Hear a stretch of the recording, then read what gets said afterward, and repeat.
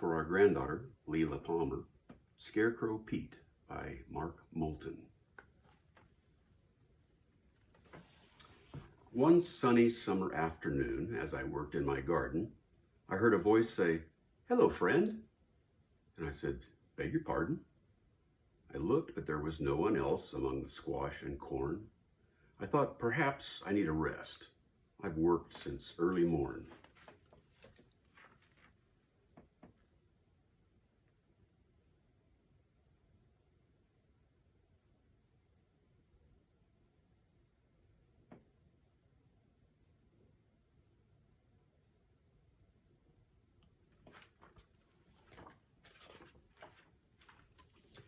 I took a sip of water from the jug I kept nearby, then wiped my hot and dusty cheeks and sat down with a sigh. I cupped my hands behind my head and lay back on the ground, enjoying all of nature's peaceful, happy summer sounds. The bluebirds sweetly twittered, joined by humming bumblebees, while happy crickets chirped away somewhere beneath the peas. The brook that babbled by the field skipped cheerfully along while tickling the mossy rocks with its refreshing song.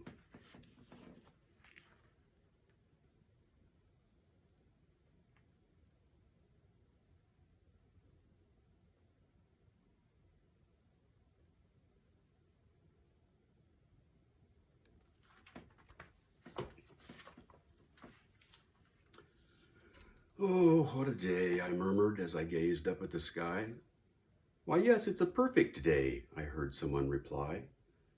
I jumped a mile, then spun around and searched the garden rows, but all I saw were vegetables and last year's old scarecrow. I peeked beneath the pumpkin leaves and combed the cauliflower. I poked around the cabbage patch and scoured the green bean towers. But all I found were happy bugs and big, fat, hoppy toads and one enormous centipede with 40 million toes.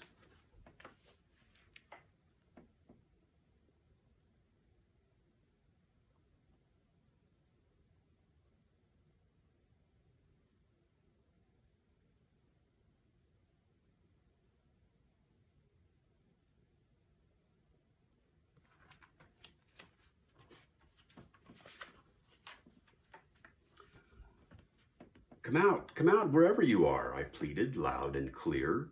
"Please, please don't tease me anymore. I know that someone's here." "Why, golly, I'm not teasing you," the same voice answered me. "I'm just a little tied up here, but friendly as can be." "What do you mean you're all tied up? Does this mean you're too busy? Then why did you call out to me and make me think I'm dizzy?" "Oh, heavens no, I'm never too busy for a friend. I mean, I really am tied up. It's hard to move or bend." "You're kidding. Gee, what happened?" "Hey, just tell me where you are. I'll come and rescue you, my friend. You can't be very far." "I'm over here," I heard him say. "I'm standing in your garden." So once again, I looked around and then asked, "Beg your pardon? There's no one here," I said to him. "I see that plain as day. Are you still fooling with me, sir? Where are you now? Which way?"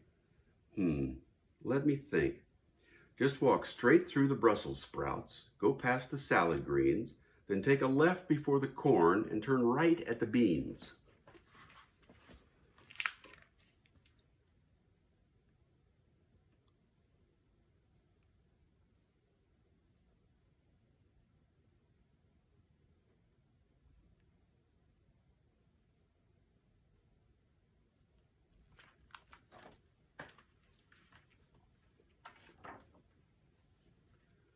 I followed those directions to the place he said he'd be, but just as I suspected, there was no one there but me. I stood beneath our scarecrow. "I give up," I crossly said, when, much to my surprise, I heard his voice right overhead. "You made it. Thanks for coming. Please now, won't you have a seat? I'd like to introduce myself. My name is Scarecrow Pete." "What? A talking scarecrow? Boy, I've really flipped my lid. I've never heard of such a thing. Nope, no one ever did. I don't think that it's possible. Your head's a pillowcase. My mom stitched on those button eyes. I drew that happy face."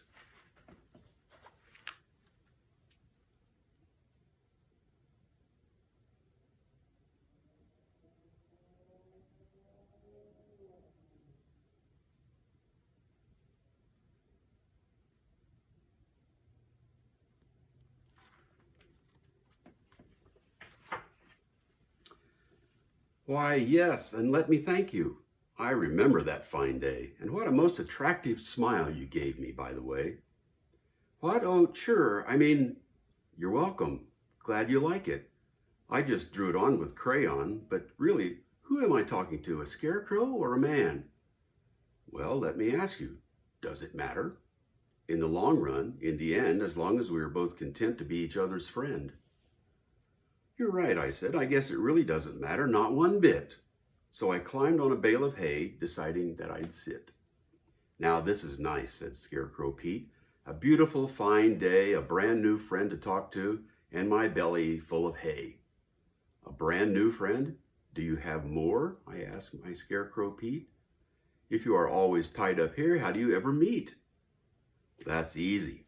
I imagine them. I meet friends near and far. I close my eyes and think of them, then poof! Why, there they are. I do the same to travel, he continued, with a look. I can go almost anywhere by reading a good book.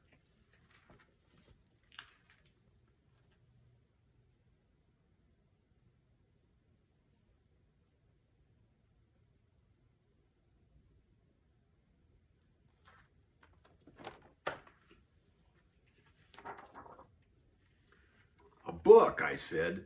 Yuck, not for me. I read all day in school.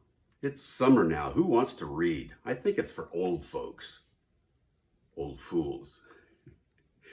I felt a little awkward then and just a wee bit bad. I hadn't meant to make him feel insulted, hurt, or sad. I shifted on my hay bale, brushed some dust off of my shoe, and admitted that I'd sometimes like to read a little too.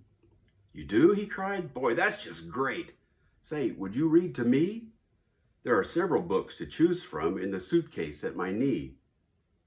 That's when I saw the leather case propped up against his pole with straps and tarnished buckles and one tiny little hole.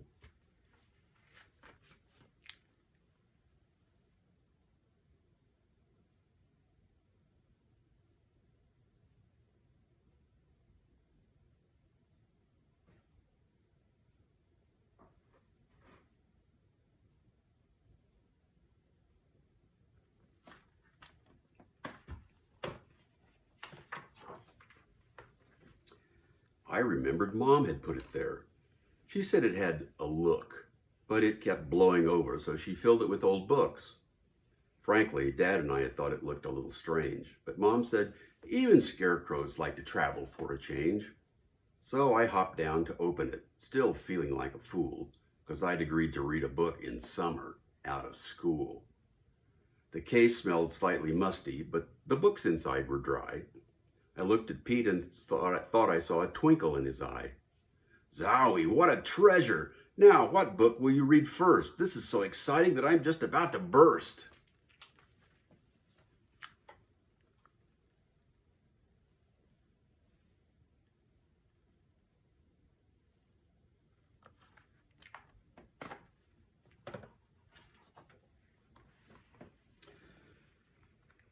Well, what I really mean is that I felt like I was there. Whoops. Sorry. Though unconvinced, I picked up a book, an epic, classic story about a great white whale and one man's vain attempt at glory. I brushed it off, opened it, turned past the title page, then made a face resembling a wise old learned sage. Call me Ishmael, I said as I began to read the tale. And several chapters later, I was fighting that great white whale.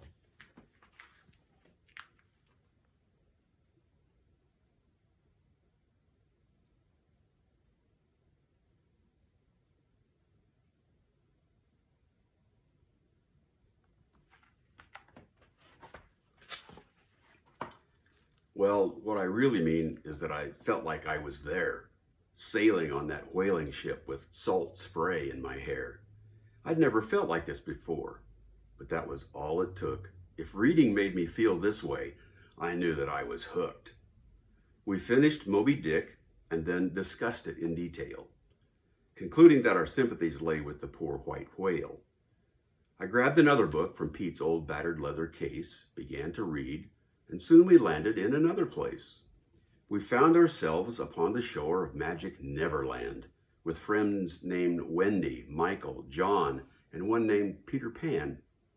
We rescued Tiger Lily and crossed swords with Captain Hook, and we agreed that this would always be a favorite book. That summer flew by quickly as we read our books each day, with Pete upon his wooden pole, me on that bale of hay. We cried with Laura Ingalls in her house upon the prairie and found a secret garden with a little girl named Mary.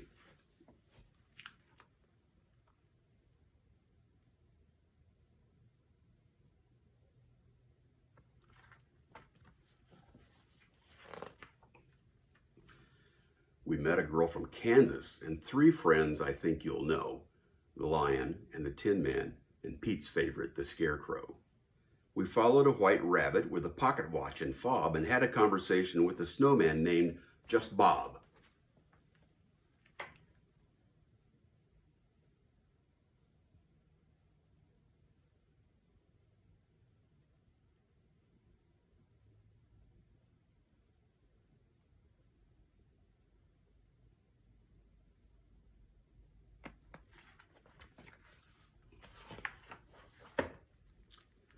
We swung on vines with Tarzan, and we rafted with Huck Finn and rode the east wind as it carried Mary Poppins in. And after every story, every book that we'd devour, we'd sit back with each other and we'd laugh and chat for hours. Sometimes we both agreed on what the story was about. Other times we disagreed. Sometimes we were in doubt. And sometimes we would just enjoy the book for what it was, a simple little story written only just because.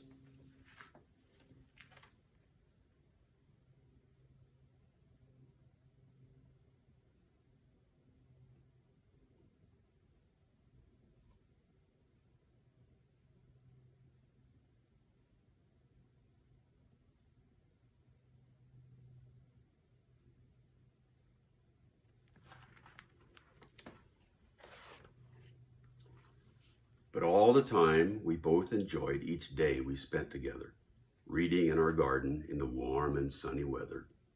I never will forget those days, that summer long ago, for that was when I realized how much books can help you grow. They teach, enchant, and captivate, enlighten, and cajole. They inspire imagination, they touch your very soul. Pete traveled on his merry way late autumn of that year to pursue his dream of being a library volunteer. It was always his ambition to encourage folks to read, for it's the first step that it takes for someone to succeed. We write each other every week. We're pen pals now, you see. And that's almost as good as having my friend here with me. I have so much to thank him for, my friend, my Scarecrow Pete. With his cheerful wisdom, without his cheerful wisdom, my life would not be complete.